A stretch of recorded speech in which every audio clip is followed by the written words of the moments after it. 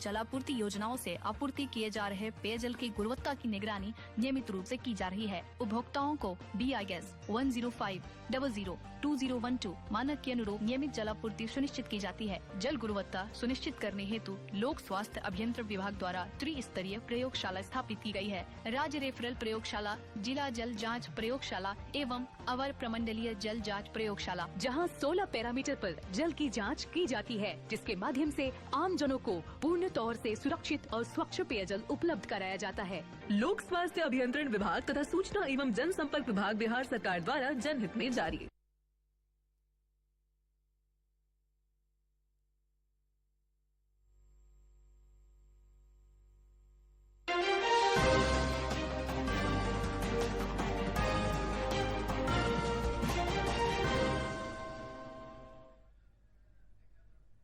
नमस्कार, संध्या समाचार में आपका स्वागत है। मैं हूं अच्युत अभिषेक। सबसे पहले एक नजर मुख्य समाचारों पर। प्रधानमंत्री नरेंद्र मोदी ने अहमदाबाद में विमान हादसे के स्थल का लिया जायजा, कहा तबाही का मंजर दुखद है।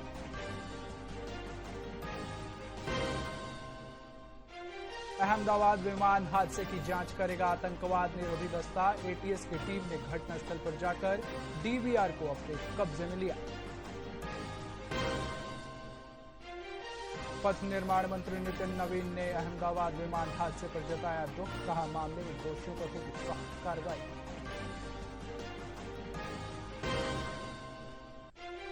जमुई में अहमदाबाद हादसे में मारे गए लोगों को दी गई श्रद्धांजलि। प्रेम कुमार ने कहा घटना से देश भर के लोग दुखी हैं।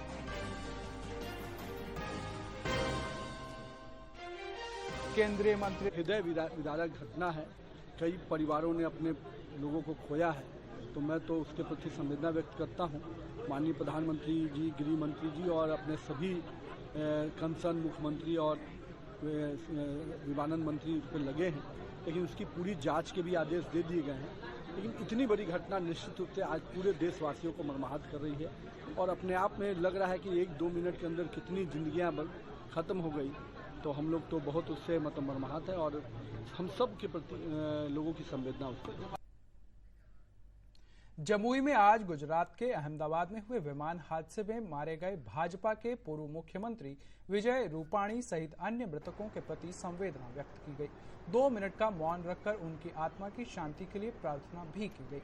इस कार्यक्रम में सहकारिता मंत्री प्रेम कुमार भी मौजूद थे। इस अवसर पर प्रेम कुमार ने कहा कि जो हुआ वह दुखद है, मामले की जाँच चल रही है।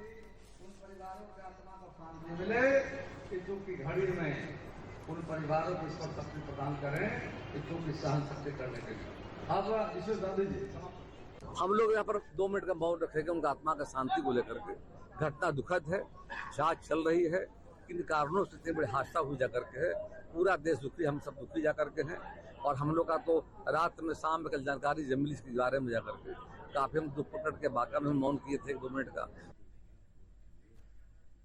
केंद्रीय कपड़ा मंत्री गिरिराज सिंह ने दावा किया है कि 2025 के बिहार विधानसभा चुनाव के बाद प्रदेश में NDA की सरकार बनना तय है। उन्होंने कहा कि नीतीश कुमार के नेतृत्व में बिहार का तेजी से विकास हो रहा है, इसके लिए जनता को सजग रहना होगा। गिरिराज सिंह ने आज बेगूसराय के मटिहानी विधानसभा क्षेत्र के मनियप्पा पंचायत में रेड क्रॉस सोसाइटी के निर्माण का शिलान्यास किया।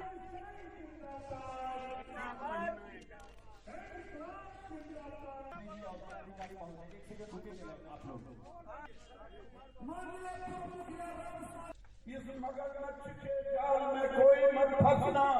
आंख मूंद करके नीतीश कुमार और नरेंद्र मोदी के साथ मिलकर के मनियप्पा के लोग, मटिहानी के लोग फिर से आप जिताने का काम करेंगे। कई लोग आएंगे जो कहेंगे हमें देखते ही हो, कई लोग आएंगे जो गोत्र का कहेंगे, कई लोग आएंगे जात का कहेंगे, कई तरह की बातें कहेंगे। लेकिन आपको बिहार को बंगाल बनाना चाहते हैं क्या? जब नहीं बनाना चाहते हैं, अगर गलती किए तो बिहार बंगाल बनेगा। तुष्टीकरण की प्रकाश। मुख्यमंत्री नीतीश कुमार ने आज सामाजिक सुरक्षा पेंशन योजना के साथ ही मुख्यमंत्री कन्या उत्थान योजना के लाभुकों को धनराशि हस्तांतरित की। लाभुकों के खाते में 271 करोड़ 15 लाख रुपए की राशि का डीबीटी के माध्यम से स्थानांतरण किया गया। इस कार्यक्रम में 5 सामाजिक सुरक्षा पेंशन योजना के कुल 61,29,548 लाभुकों को 254 करोड़ 45 लाख 5,900 रुपए दिए गए। वहीं मुख्यमंत्री कन्या उत्थान योजना के 85,556 लाभुकों को 16 करोड़ 70 लाख 33,000 रुपए की राशि हस्तांतरित की गई। इस अवसर पर सीएम नीतीश कुमार ने कहा कि खुशी की बात है कि आज 62,15,104 लाभुकों के खाते में पैसे हस्तांतरित किए गए हैं।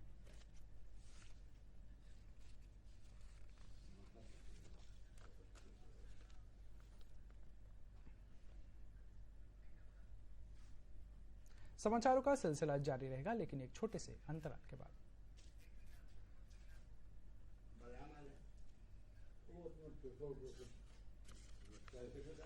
बिहार सरकार लेकर आई है किसान बंधुओं के लिए सुनहरा अवसर। गुड़ उत्पादन इकाइयों के निर्माण के लिए सरकार से प्रोत्साहन स्वरूप 50% का अनुदान। बिहार राज्य गुड़ उद्योग प्रोत्साहन कार्यक्रम वित्तीय वर्ष 2025-26 के तहत गुड़ उत्पादन इकाइयों को प्रोत्साहित करने के उद्देश्य से इच्छुक गुड़ उत्पादक निवेशकों के लिए गन्ना उद्योग विभाग बिहार सरकार द्वारा आमंत्रित किया जा रहा है ऑनलाइन आवेदन।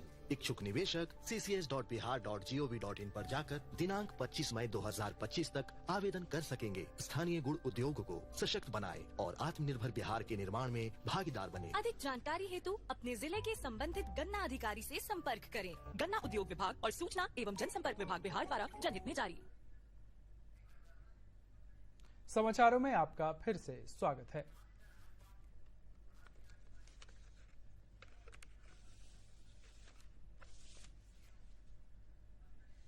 बिहार में नौकरी की तलाश करने वालों के लिए सरकार खुशखबरी लेकर आई है।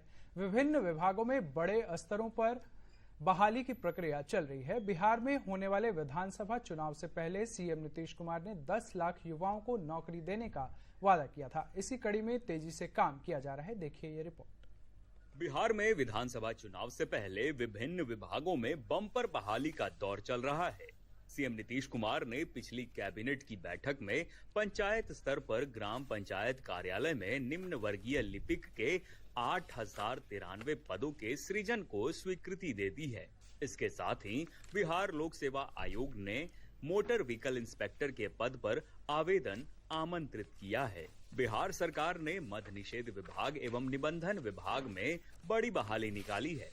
विभाग में 2,180 पदों पर सीधी भर्ती होगी।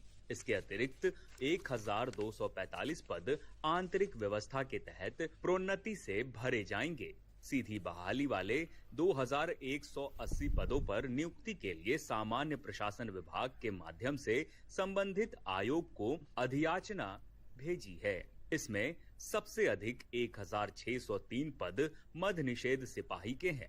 इन पदों के लिए केंद्र चयन पार्षद सिपाही भर्ती को अधियाचना भेजी गई है।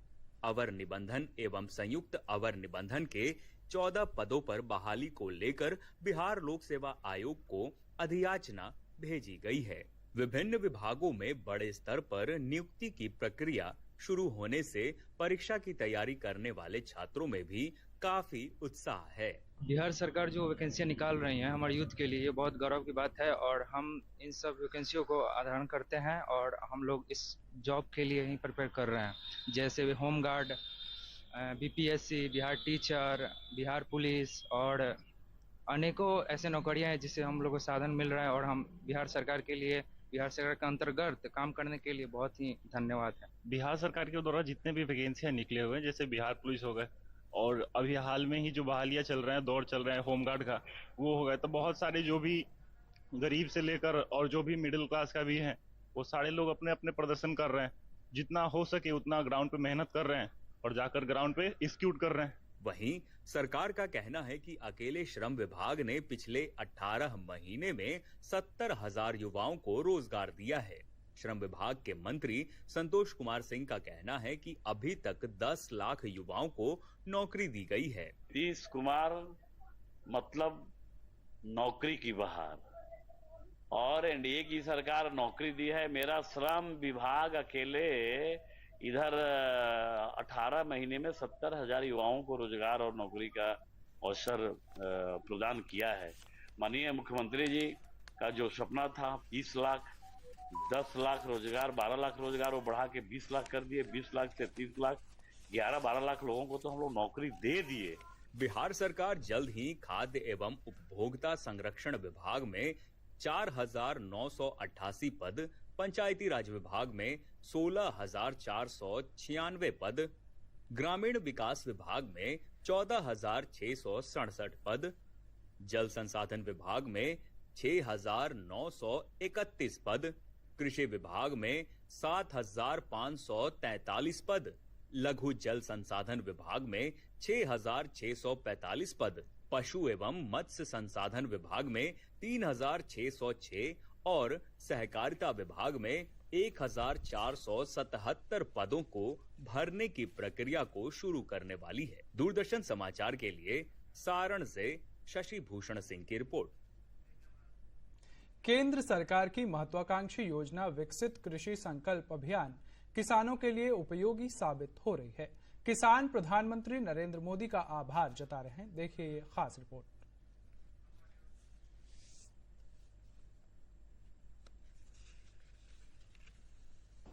केंद्र सरकार किसानों की आय बढ़ाने के लिए कई तरह की योजनाएं चला रही है, जिनमें से एक विकसित कृषि संकल्प अभियान भी है। इस योजना के तहत कृषि विज्ञान केंद्र के वैज्ञानिक गांव-गांव जाकर किसानों से संवाद करते हैं, उन्हें आधुनिक तकनीक और खेती के बारे में जानकारी देते हैं। किसान भी खेती में आने वाली समस्याओं को वैज्ञानिकों से साझा करते हैं, साथ ही उनका समाधान ढूंढते हैं। कृषि वैज्ञानिक केंद्र के वैज्ञानिकों ने किसानों को ड्रोन के जरिए यूरिया छिड़काव की जानकारी दी। क्षेत्र के किसानों ने खुशी जाहिर करते हुए प्रधानमंत्री को धन्यवाद कहा। उन्होंने कहा कि मोदी जी खेती और किसानों को लेकर काफी सजग हैं, तभी तो कृषि वैज्ञानिक खुद चलकर हमारे दरवाजे तक आ रहे हैं।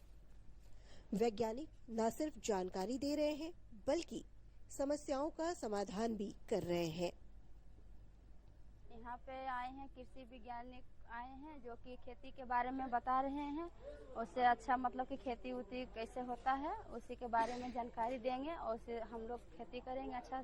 जैसे खेती करते हैं सभी कोई, लेकिन जानकारी नहीं रहने के बाद फसल का बर्बादी हो जाता है। लेकिन यहाँ आए हैं तो ये जानकारी दी है तो हर किसान और किसान भाइयों लोग खेती कर सकते हैं जानकारी के द्वारा, तो उनको ज्यादा लाभ और लाभ होगा। क्योंकि कृषि के सारे पदाधिकारी यहाँ उपलब्ध हुए और जानकारी इन्होंने दिया, कृषि यंत्र के बारे में जानकारी दिया, प्रधानमंत्री के बारे में जानकारी दिया।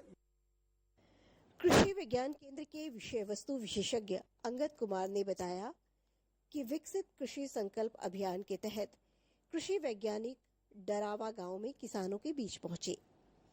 कार्यक्रम के तहत नवादा जिले के 135 गांवों में किसानों के बीच जाकर आधुनिक तकनीक, किसानों के फसल की समस्या और प्राकृतिक खेती की महत्ता को विस्तार से बताया गया, जिससे किसान भी संतुष्ट हैं। और आज हम लोग विकसित कृषि संकल्प अभियान के तहत कौवाकोल प्रखंड के दरामा ग्राम में हैं। ये जो कार्यक्रम 29 मई से 12 जून तक चलना था, आज उसका अंतिम दिन है। और इस पूरे कार्यक्रम के दौरान हम लोग का जो टीम है वो नवादा जिले के 135 ग्राम में अभी तक किसानों के बीच जो समस्याएं आ रही थी, जैसे खरीफ की फसलों में रोग एवं कीट से संबंधित जो समस्या थी उसके बारे में विस्तृत जानकारी उपलब्ध कराया गया। किसानों को प्राकृतिक खेती के महत्व को बताया गया तथा जो हमारा सॉइल हेल्थ कार्ड है उसके अनुसार फसलों में उर्वरक प्रबंधन पर विशेष चर्चा की गई। इसके साथ ही साथ भारत सरकार के द्वारा जो कृषि योजनाएं चलाई जा रही हैं, किसानों के हित में जो योजनाएं चलाई जा रही हैं उसके बारे में विस्तृत जानकारी दी गई। विकसित कृषि संकल्प अभियान का मकसद किसानों को आत्मनिर्भर और सशक्त बनाना है। इसी वजह से किसानों को वैज्ञानिक और आधुनिक तकनीकों से जोड़ने की कोशिश की जा रही है। दूरदर्शन समाचार के लिए नवादा से श्याम सुंदर कुमार की रिपोर्ट। एक ऐसी कहानी जो यह साबित करती है कि अगर इरादे मजबूत हों तो हालात कैसे भी हों, लेकिन इंसान अपनी मंजिल हासिल कर ही लेता है। वैशाली के अजीत कुमार साह की कहानी युवाओं के लिए प्रेरणादायक है। देखिए खास रिपोर्ट। वैशाली जिले के मीनापुर गांव के रहने वाले अजीत कुमार साह ने अपनी जिद और मेहनत से खास मुकाम हासिल किया है। पूरी पढ़ाई करने के बाद अजीत कुमार साह ने भी नौकरी की तलाश शुरू की। उनका भी सपना था एक अच्छी नौकरी हासिल करने का। इसके लिए राजधानी पटना तक भटके, कई दरवाजे खटखटाए, लेकिन निराशा ही हाथ लगी। इसके बाद अजीत ने अपना व्यवसाय शुरू करने का विचार किया। पटना में इसके लिए ट्रेनिंग भी ली। गेंद, बैट और खेलने की सामग्री कैसे बनती है, ये सब सीखा। यहीं से उनके सपनों ने आकार लेना शुरू किया।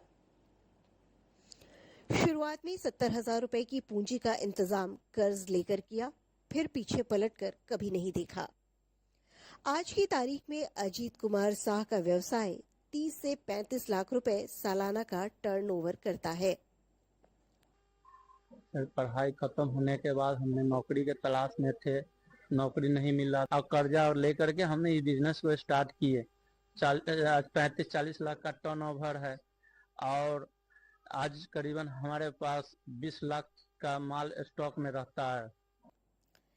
ये एक अच्छी बात भी है कि अजीत की सफलता से सिर्फ उन्हें ही फायदा नहीं मिल रहा, बल्कि दूसरे लोग भी लाभान्वित हो रहे हैं।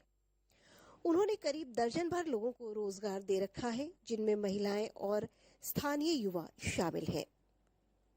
अब बाहर में काम छोड़ दिए हैं, इसलिए गांव में हो गया फैक्ट्री अपना, इसलिए इनको पास अजीत जी के पास हम काम करते हैं। इसे महीना मिलता है 15-16 हजार की तनख्वाह मिल जाता है हम लोग का पास, हर महीना में पैसा मिलता है। अजीत कुमार साह की कहानी सिर्फ सफलता की नहीं, बल्कि हिम्मत, संघर्ष और समाज के लिए कुछ करने की है। ये भी दिखाता है कि अगर व्यक्ति के हौसले बुलंद हो तो हालात उनका रास्ता नहीं रोकते। अजीत युवाओं के लिए मार्गदर्शक और प्रेरणा स्रोत बन चुके हैं। दूरदर्शन समाचार के लिए वैशाली से रतन कुमार की रिपोर्ट। पटना पुलिस अपराध और अपराधियों पर नकेल कसने के लिए लगातार अभियान चला रही है। इसी कड़ी में पटना पुलिस और एसटीएफ की संयुक्त कार्रवाई में 4 अपराधियों को गिरफ्तार किया गया है। वरीय पुलिस अधीक्षक अवकाश कुमार ने बताया कि गुप्त सूचना के आधार पर राजीव नगर थाना क्षेत्र से 4 अपराधियों को गिरफ्तार किया गया है।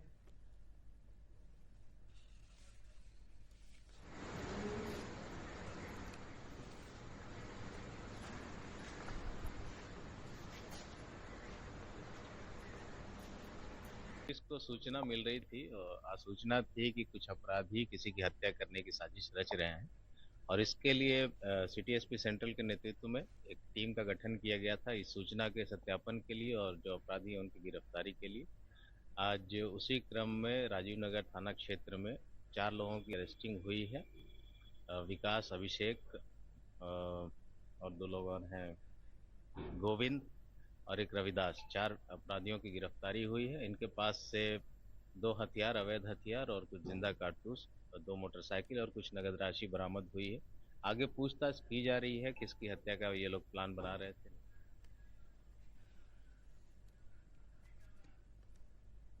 मुजफ्फरपुर पुलिस ने आज 2 होटलों और एक मकान को सील कर दिया है।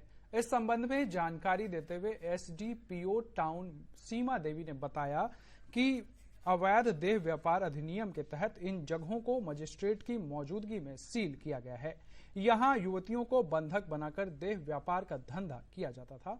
उन्होंने आम लोगों से अपील करते हुए कहा है कि यदि कोई व्यक्ति अपना कमरा किराए पर देता है तो उसे पुलिस सत्यापन अवश्य करवाना चाहिए। ऐसा न करने पर संबंधित मकान मालिक पर भी कार्रवाई हो सकती है। होटल है, मकान मालिक हैं, उनको जागरूक करने के लिए अभियान चलाया गया था। उसमें एक कांड प्रतिवेदित हुआ है हमारे यहाँ, जो नगर थाना कांड संख्या 301/25 है। उसमें हमने 5 अभियुक्तों को न्यायिक हिरासत में भेजा है। ये कांड अवैध देह व्यापार अधिनियम के तहत हम लोगों ने दर्ज करते हुए उनको न्यायिक हिरासत में भेजा है। उसमें 2 होटल, जो कि एक सेंट्रल पार्क है जो अगोड़िया बाजार स्थित है, दूसरे सुभद्रा पैलेस है जहाँ भी हम खड़े हैं, जिसको अंतिम में हम सील कर रहे हैं। उनके जो मैनेजर हैं उनको हम न्यायिक हिरासत में भेज चुके हैं और इनके जो मकान है कल्याणी के पास जहाँ से पीड़िताओं को मुक्त कराया था हमने, उसके मालिक को और होटल के दोनों मालिकों को हम लोगों ने अभियुक्त बनाया प्राथमिकी में। और आज ये कार्रवाई उसी के आगे अग्रिम कार्रवाई करते हुए महज 48 घंटे हुए हमें उन्हें न्यायिक हिरासत में भेजे हुए। उसी समाचारों का सिलसिला जारी रहेगा, लेकिन एक छोटे से अंतराल के बाद।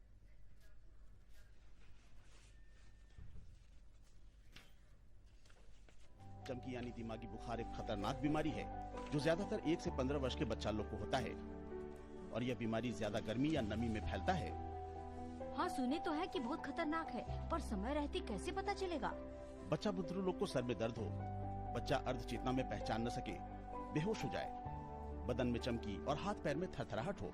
इसके अलावा हाथ पैर अकड़ जाए, पूरे शरीर या किसी अंग में लकवा मार दे, शरीर या दिमाग का संतुलन बिगड़ जाए और जिसे 5 से 7 दिन से ज्यादा का तेज बुखार न हो। लक्षण दिखने पर तुरंत नजदीकी स्वास्थ्य केंद्र में जाएं। स्वास्थ्य विभाग और सूचना एवं जनसंपर्क विभाग, बिहार सरकार द्वारा जनहित में जारी। समाचारों में आपका फिर से स्वागत है। दरभंगा में सीमा सुरक्षा हम सब की जिम्मेदारी विषय पर एक दिवसीय सेमिनार का आयोजन किया गया। इस कार्यक्रम में बिहार के राज्यपाल आरिफ मोहम्मद खान के साथ ही छत्तीसगढ़ के राज्यपाल रमन डेका भी शामिल हुए। इस अवसर पर छत्तीसगढ़ के राज्यपाल रमन डेका ने कहा कि देश की सुरक्षा सेना की वजह से हो पा रही है। वहीं राज्यपाल आरिफ मोहम्मद खान ने कहा कि जहां देश को बाहरी शक्तियों से खतरा है, उतना ही घुसपैठियों से भी खतरा है।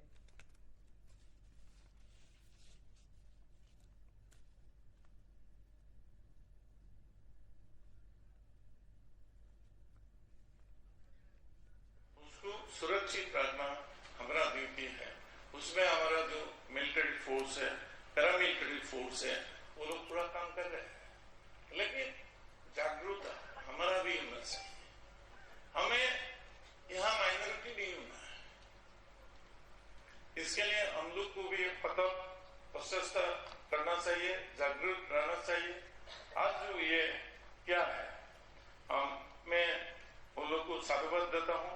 अब मैं कहना चाहूंगा कि सीमा की सुरक्षा केवल सैनिकों का कर्तव्य नहीं है, बल्कि हर भारतीय की सामूहिक जिम्मेदारी है। जैसे फिर मैं कहता, माननीय प्रधानमंत्री जी ने कहा, हमने दुनिया को युद्ध नहीं दिया है, हमने बुद्ध दिया, हमने शांति और अहिंसा की बात की। लेकिन एक गलतफहमी दिमाग से दूर हो जानी चाहिए कि अहिंसा का मतलब ये नहीं है कि आक्रमणकारी के सामने हम अपने आप को समर्पण कर। पटना में कैंसर कॉन्क्लेव 2025 का आयोजन किया गया। इस अवसर पर प्रसिद्ध स्त्री रोग विशेषज्ञ डॉक्टर अनीता सिंह ने कहा कि 9 से 14 वर्ष की लड़कियों को सर्वाइकल कैंसर से बचाव के लिए वैक्सीन दिया जाना चाहिए। उन्होंने कहा कि राहत की बात यह है कि हमारे देश में सरकार के सहयोग से वैक्सीन दिए जा रहे हैं।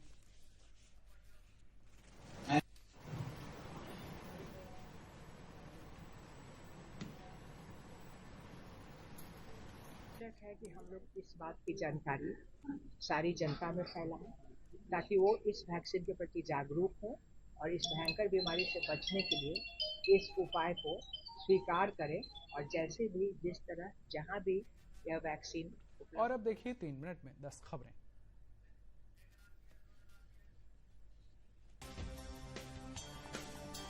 जमुई में अंतर्राष्ट्रीय सहकारिता वर्ष 2025 के उपलक्ष्य में एक कार्यशाला का आयोजन किया गया। इसका उद्घाटन सहकारिता मंत्री प्रेम कुमार ने किया।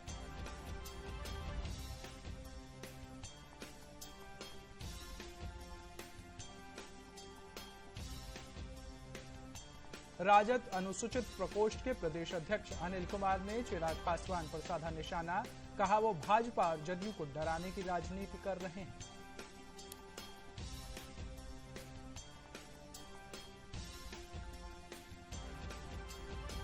मुख्यमंत्री नीतीश कुमार और केंद्रीय मंत्री किरेन रिजिजू ने पटना स्थित महावीर कैंसर संस्थान परिसर में किशोर कुणाल की प्रतिमा का अनावरण किया।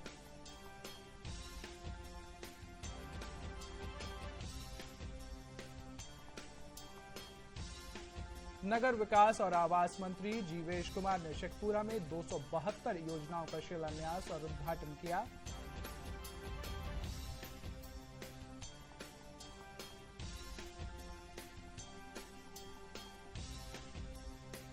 पश्चिम चंपारण में राजस्व मंत्री संजय सरावगी की अध्यक्षता में समीक्षात्मक बैठक हुई। इसमें दाखिल खारिज, म्यूटेशन और परिमार्जन प्लस पर चर्चा की गई।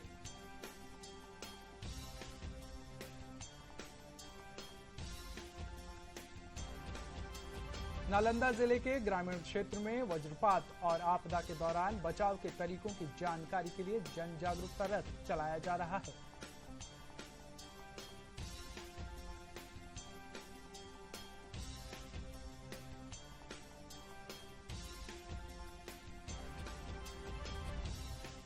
सिवान के बजाज एलियांज कार्यालय में आज सुबह शॉर्ट सर्किट की वजह से आग लग गई। इसमें कार्यालय में रखा दस्तावेज, फर्नीचर सब जलकर राख हो गए। बिहार सरकार ने मुंगेर जिले में 32 करोड़ रुपए की लागत से तैयार 100 बेड के अस्पताल में सोलर प्लांट की स्थापना की है।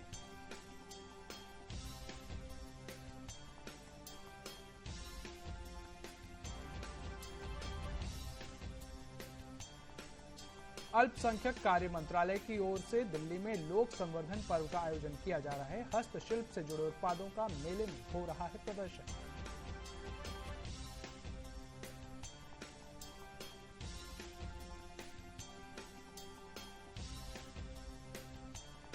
वंदे भारत एक्सप्रेस ने रेल यात्रा के क्षेत्र में नई क्रांति कर दी है। पूर्णिया के सामाजिक संगठन ने अनोखे अंदाज में वंदे भारत की मांग की है।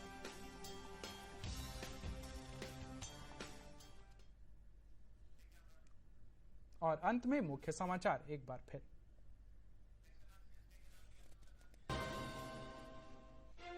प्रधानमंत्री नरेंद्र मोदी ने अहमदाबाद में विमान हादसे के स्थल का लिया जायजा। कहा, तबाही का मंजर दुखद है।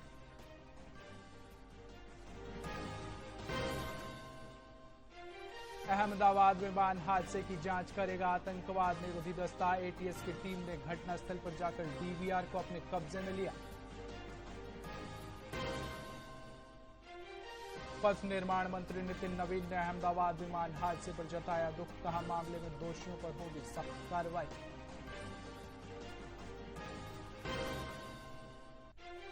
जमुई में अहमदाबाद हादसे में मारे गए लोगों को दी गई श्रद्धांजलि। प्रेम कुमार ने कहा, घटना से देश भर के लोग दुखी हैं।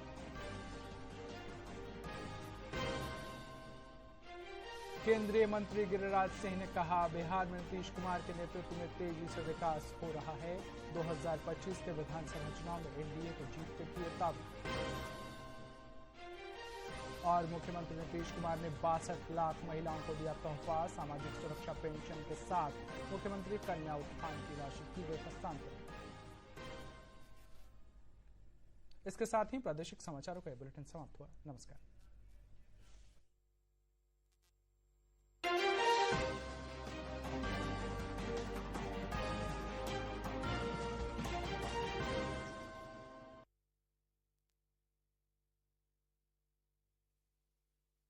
अरे सावित्री, चमकी यानी दिमागी बुखार के बारे में जानती है? सुने तो है, पर भैया इस बीमारी से बचा कैसे जाए?